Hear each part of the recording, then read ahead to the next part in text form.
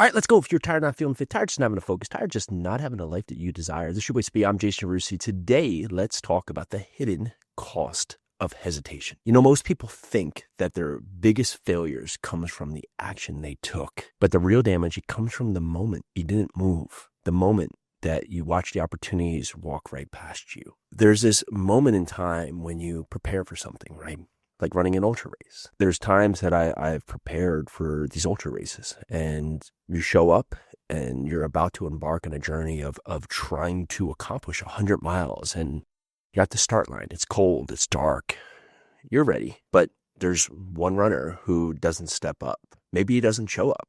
You know, each and every race, there's all these people that are disqualified because they actually just never even show up for the race, whether they've told themselves they're just not ready, or it's too cold, it's too dark, or can't do it, or you're there. And instead of stepping up to the starting line, you keep retying your shoe, you're stretching, you're fidgeting, and then the gun goes off and you're still standing there overthinking a moment that needed action. Now, that runner didn't lose because they were too slow. They lost because they didn't start. There's so many different ways to lose in life, but the three silent killers of action are delay, telling yourself you'll do it tomorrow, doubt, but what if I'm not ready? Or distraction. Let me just check one more thing just to make sure, right? That just that constant curve of just needing one more bit of information before you actually get out there and go. You know, hesitation, it feels safe, but it's the most dangerous place you can live. Action, it beats intention every single time. There's no one who will ever come up and say, you know, my intention was to do good, or my intention was to do better. And then magically they just had better happen. They took action, and maybe that action wasn't exactly the result. You know, I talk a lot about the acronym FORCE, where FORCE is the F is the fact, right? There's the fact of where you stand today, right? Of where you stand on your journey here right now. Here is my fact. And there's the option. The option is the action that you can choose to do or to not do, right? Or to do and to try, which leads us to the R, which is the result of the action. But we forget is that inaction also is a result, which leads to the next part. You take action and the action goes well, great. There's the consequence. The C is the consequence, right, of that action. But the result could be that the action doesn't go well. Well, there's this consequence there, right? The consequence of what happens. Or you did nothing, and that is the consequence. You stand exactly where you started, which was nowhere in time, which leads you to the E, which is the evolution. The evolution is that you are just the same as you were yesterday. The evolution was you failed, but you learned, or you succeeded, and now you can build upon that success. You know, in time, there are so many things that you choose to do or to not do, but what is known and what is destined is that movement creates clarity, action creates direction, and you don't need the whole plan to know where you're going. That's the biggest mistake I see, is that people want this whole plan laid out, right? It's the Mike Tyson. Everybody has a perfect plan until they get punched in the face. They want this perfect plan, but what they don't find is that you just need to take that first step. And we think that first step is like stepping outside of a 10-story building. Like if I take this first step, the only thing is for me to somehow magically jump across this big cavern or fall out of a 10-story building. Not true. That first step is actually so small. It's so minimal upon your journey. It's like stepping off a curb, but you have to take that step.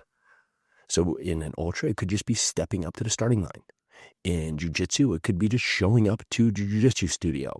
In business, it could be picking up that phone and calling someone who's active in the business that you want to do and just asking them how they got started and what are the lessons learned. You know, we talk a lot here about being our best selves and bringing ourselves to be better. But Live 100, it isn't about just saying, I'm fearless. It's about moving and doing. My fear is yelling in your ear. Don't, please don't, not today. We're not ready, right? We're not ready because I'll do it tomorrow. Or what if I'm not ready? Or let me just learn one more thing before I get started. Don't be the result of inaction. Don't be the hesitation. Don't be the one who doesn't realize the sunk cost of never getting started. So I'll leave you with this. Think of one place in your life where you're hesitating. Could be with just being a better father. It could be your workouts. It could just be in business that you're not truly going for it to take your business to the next level. And then understand there's the conversation that you should have. And then there's a hard choice that you're avoiding to do. And then it's the step that you need to take to drive it home, to get yourself out of the gate, to get yourself started.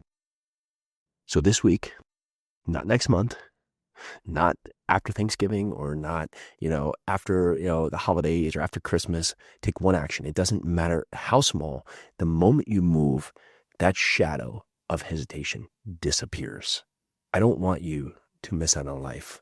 And what I do know is that life is not going to wait for you. The question is, will you wait on life? All right, that's what I have for you today. This is the Live Wonder Podcast. I'm Jason Yarusi. If you can do anything for us, go down there and leave us an honest rating review. It continues to help get this show out to others so you can share this message of what Live 100 does to take you to that next step today. Let's do this.